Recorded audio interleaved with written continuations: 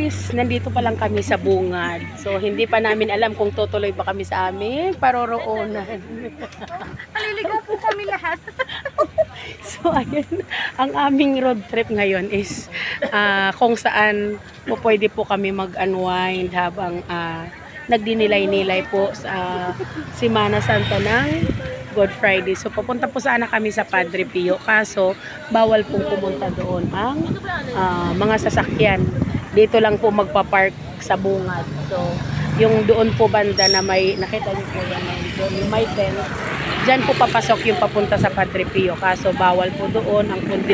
Ang pwede lang pong pumunta doon ay yung mga ambulance or yung mga paramedic. So bawal po lahat ng mga sasakyan. So nakita, as you can see po, nakita nyo po yan, ayan. Dito ang parking ng mga motor. Yan dyan. At syempre, hanggang doon sa baba. So, ayan. Hanggang doon sa baba, nandun sa baba ang mga sasakyan ng mga four wheels. So bawal iakyat doon sa taas. Pero tingnan mo itong aming mga kasama.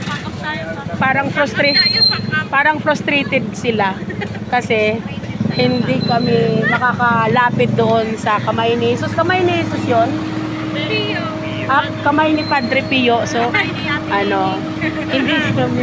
hindi kami makakalapit doon kasi hanggang dito lang yung sasakyan. Bawal pumunta doon. So, 2.5 kilometers pa daw po yun hanggang doon sa kung saan yung area na aming target puntahan. Ngayon, hanggang dito lang po kami. So, pack up po tayo. Pack up, go. Next destination. Saan tayo? Saan yun?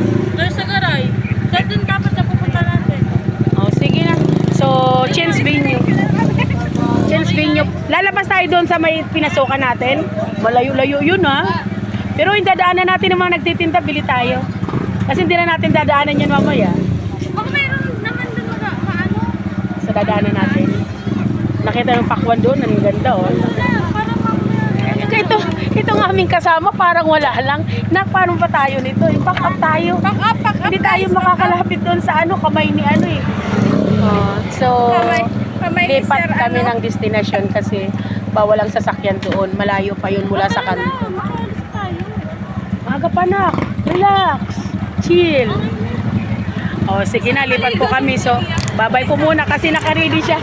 May dala siyang panligo kaya pala change destination po kami ngayon. So, babay po muna. Ayan. Kaway-kaway. Kaway-kaway. Gusto niyo ganito, di ba? Kaway-kaway muna. Kaya pa? Kaya pa? Sige, bye po muna. Lilipat po kami ng aming destination.